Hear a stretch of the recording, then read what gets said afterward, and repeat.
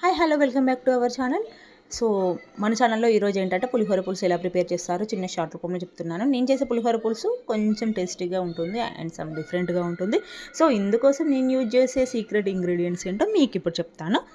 So దీనికోసం మనం ముందుగా 4 వెల్లుల్లి తీసుకొని వాటిని స్మాష్ చేసుకొని పెట్టుకోండి. అండ్ పచ్చిమిర్చి తీసుకోండి ఒక 5, ఎండుమిర్చి, కరివేపాకు ఇవన్నిటిని అయితే రెడీగా పెట్టుకోండి. దీంతోపాటు చింతపండుని పెట్టుకోండి. సో ఇప్పుడు ఆయిల్ వేడయ్యాక అందులో పోపు దినుసులు వేసుకోండి. మీరు ఏవైతే యూజ్ చేస్తారో అవి అండ్ పల్లీలు, మినపప్పు అవన్నీ వేసుకొని ఇవన్నీ కొంచెం ఫ్రై అయ్యాక పచ్చిమిర్చి వేసుకోండి, వెల్లుల్లి వేసుకోండి. సో ఇది కూడా కాస్త ఫ్రై అయ్యాక ఎండుమిర్చి అండ్ కరివేపాకు వేసుకోండి. సో ఇవంతా చాలా బాగా ఫ్రై అవ్వాలండి. అంత బాగా ఫ్రై అయ్యే వరకు వేట్ చేయండి. సో ఇవంతా ఫ్రై అయిన తర్వాత కొంచెం పసుపు వేసుకోండి. దాంతోపాటు కొంచెం ఉప్పు అండ్ కొంచెం కారం కూడా వేసుకోండి. సో పచ్చిమిరపకాయలు స్పైసీగా ఉన్నట్లయితే కారాన్ని స్కిప్ చేయండి.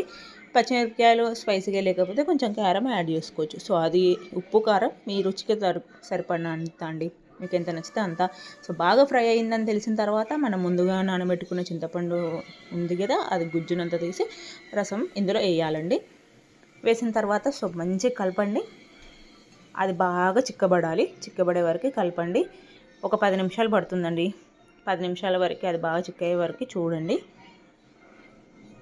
సో నేను చేసే పులిహోర పులుసు ఏంటంటే 1 వీక్ వరకు స్టోర్ ఉంటుందండి. 1 వీక్ వరకు హ్యాపీగా ఎప్పుడు తినాలనిపిస్తే అప్పుడు పులిహోర తినాలనిపిస్తే అప్పుడు తీసుకోవచ్చు, కలుపుకొని తినవచ్చు. అండ్ ముందు రోజు ఏదైనా అన్నం మిగిలిన, మార్నింగ్ అన్నం మిగిలిన దాన్ని హ్యాపీగా ఈ పులుసులో కలిపి వేడి చేసుకొని కూడా హ్యాపీగా తింటే చాలా బాగా టేస్ట్ ఉంటుంది. ఇందులో కొంచెం ఏం చేయాలంటే మనం మిరియాల పొడి యాడ్ చేసుకోవాలి ఇది దగ్గర పడుతున్నప్పుడు. అండ్ జీలకర్ర మెంతి పౌడర్ ఉంటుంది కదా, సో దాన్ని కూడా యాడ్ చేయండి. ఇంకా కొంచెం బెల్లం కూడా యాడ్ చేయండి.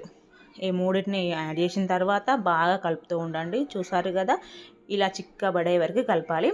చిక్కబడిన తర్వాత సో దీన్ని మనము ఏదన్నా బౌల్లో వేసుకొని దాచిపెట్టుకోవచ్చు. 1 వీక్ వరకు ఉంటుంది. ఇంకా మనకు తినాలనిపించినప్పుడు అలా రైస్లో కలుపుకొని తింటే సూపర్ టేస్ట్ వస్తుంది. ఒకసారి ట్రై చేయండి, ఎంత బాగుంటుందో. థ్యాంక్ యూ అండి. Bye bye.